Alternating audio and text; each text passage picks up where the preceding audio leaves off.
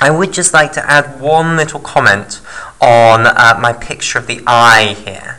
So, I was calling the combination of these two chambers here the anterior chamber when I was discussing with you before how glaucoma occurs.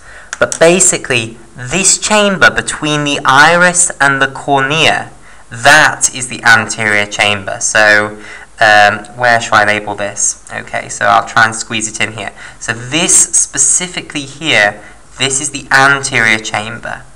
Okay, and the posterior chamber is the one behind that.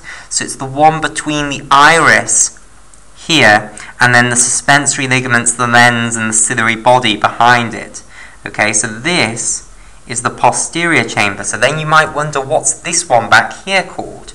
So the aqueous humor is in both the anterior and the posterior chambers of the eye. So it's produced in the posterior chamber by the ciliary body, which is in the posterior chamber, and then it diffuses, well, circulates through the iris into the anterior chamber. So the iris connects the posterior and anterior chambers of the eye.